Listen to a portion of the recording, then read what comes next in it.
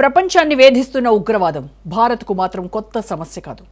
మంచుకొండల్లోనూ సరిహద్దు ప్రాంతాల్లోనూ నగరాల మధ్యలోనూ ప్రతి క్షణం అప్రమత్తంగా సాగుతోంది ఒక నిశ్శబ్ద యుద్ధం. ఉగ్రదాడులు దేశాన్ని కుదిపినా ప్రతిసారి భారత్ మరింత గట్టిగా ప్రతిస్పందించింది. చట్టాలు కఠినమయ్యాయి, సైన్యం సాంకేతికంగా బలపడింది, వ్యూహాలు మారాయి. చట్టపరమైన చర్యలు, సాంకేతిక వినియోగం, ఇంటెలిజెన్స్ నెట్వర్క్ బలోపేతం, అంతర్జాతీయ వేదికలపై కఠిన వైఖరి, ఇలా అనేక మార్గాల్లో భారత్ తన పోరాటాన్ని కొనసాగిస్తోంది. ఈ క్రమంలోనే జమ్మూ కాశ్మీర్లో భారత్ ఓ సీక్రెట్ ఆపరేషన్ను ముగించింది. ఇంతకీ ఉగ్రవాదుల అంతమే లక్ష్యంగా భారత్ చేస్తున్న ఆ ఆపరేషన్ ఏంటి? 326 రోజుల యుద్ధం వెనకున్న కథ ఏంటి? కాశ్మీర్లో ముగిసిన అతి పెద్ద ఆపరేషన్ 326 రోజులు చేసిన ఆ యుద్ధం ఏంటి?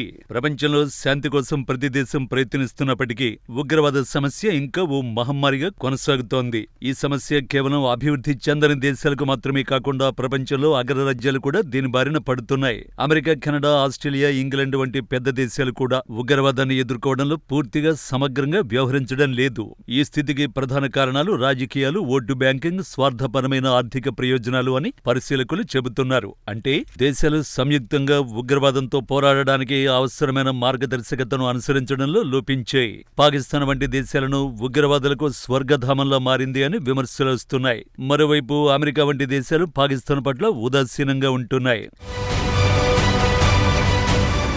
కానీ భారత్ మాత్రం ఉగ్రవాదంపై పోరాటం చేస్తూనే ఉంది.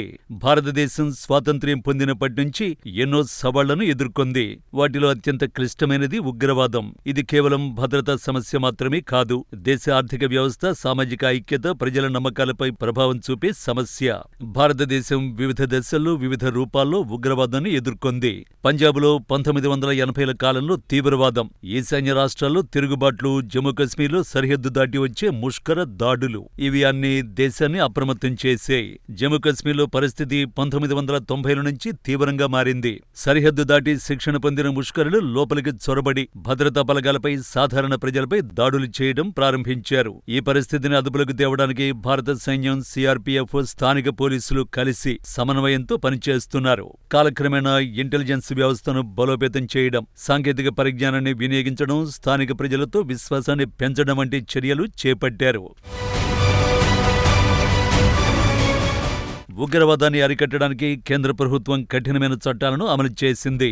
ముఖ్యంగా చట్టవిరుద్ధమైన కార్యకలాపాల యాక్ట్ ద్వారా ఉగ్రవాద కార్యకలాపాలకు సంబంధించిన వ్యక్తులు, సంస్థలపై కఠిన చర్యలు తీసుకునే అవకాశం లభించింది.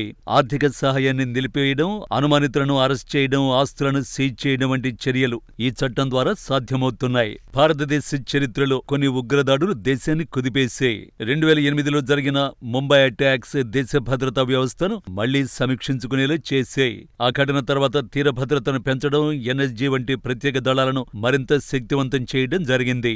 అలాగే 2019లో జరిగిన పుల్వామా అటాక్ దేశవ్యాప్తంగా ఆగ్రహాన్ని రేపింది. దీనికి ప్రతిస్పందనగా సరిహద్దు దాటి ఉన్న ఉగ్ర శిక్షణ శిబిరాలపై వైమానిక దాడులు నిర్వహించడం ద్వారా భారత్ తన వైఖరిని స్పష్టం చేసింది.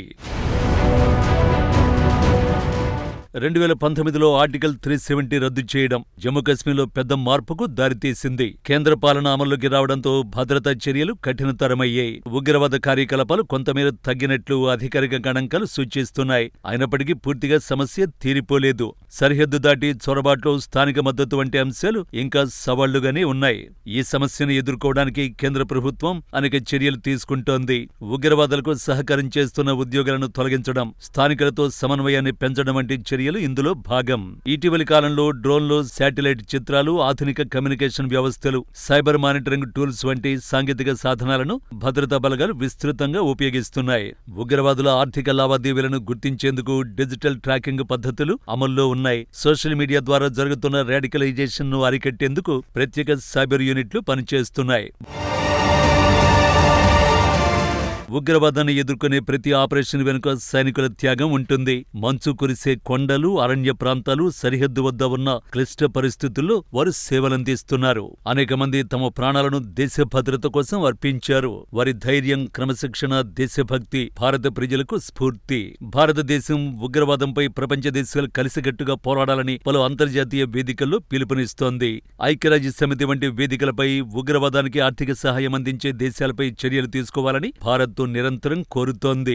ద్వైపాక్షిక ఒప్పందాలు, ఇంటెలిజెన్స్ షేరింగ్, ఎక్స్ట్రాడిషన్ ఒప్పందాల ద్వారా సహకారాన్ని పెంచుతోంది. కానీ ఉగ్రవాదులను ఎట్టి పరిస్థితుల్లోనైనా గుర్తించడం, పట్టుకోవడం ఒక సవాలుగా మారింది.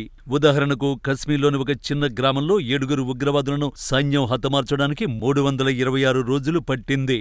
ఇన్ని రోజులు పట్టు వదలకుండా ఏరియా మొత్తాన్ని చుట్టుముట్టి అడవిలో దాగి ఉన్న వారిని గుర్తించి సరైన వ్యూహంతో ఆపరేషన్ పూర్తి చేశారు. కిశ్త్వార్ జిల్లా జమ్మూ కశ్మీర్లో ఓ కీలకమైన ప్రాంతం.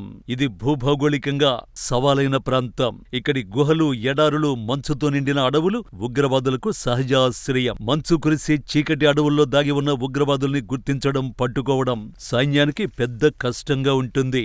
ఆపరేషన్ ఛాత్రులో రాష్ట్రీయ రైఫిల్స్, సిఆర్పీఎఫ్, జేసీపీ వంటి ప్రత్యేక బృందాలు కలిసి ఉగ్రవాదుల్ని పట్టుకోవడం జరిగింది. ఈ ఆపరేషన్ 326 రోజులు సాగింది. ఆ సమయంలో 6 సార్లు కాల్పులు జరిగాయి. డ్రోన్లు, శాటిలైట్ ఇమేజ్లు, మిలిటరీ ఇంటెలిజెన్స్, ఆధునిక కమ్యూనికేషన్ టూల్స్ వాడి సైన్యం వ్యూహాన్ని అమలు చేసింది. గత సంవత్సరం జనవరి 18, 19 తేదీల్లో ఎదురు కాల్పుల్లో ఒక హవల్దారు మరణించగా ఫిబ్రవరి 21, 22లో ఫైనల్ ఎన్కౌంటర్ జరిగింది. సైన్యానికి చెందిన ఓ కుక్క టైసన్ గుహలో 3 ఉగ్రవాదుల్ని గుర్తించింది. టైసన్ గాయపడ్డప్పటికీ పట్టుదలతో ఒకరిని పట్టుకుంది. వెంటనే సైన్యం అక్కడికి చేరి 3 మట్టుబెట్టేసింది.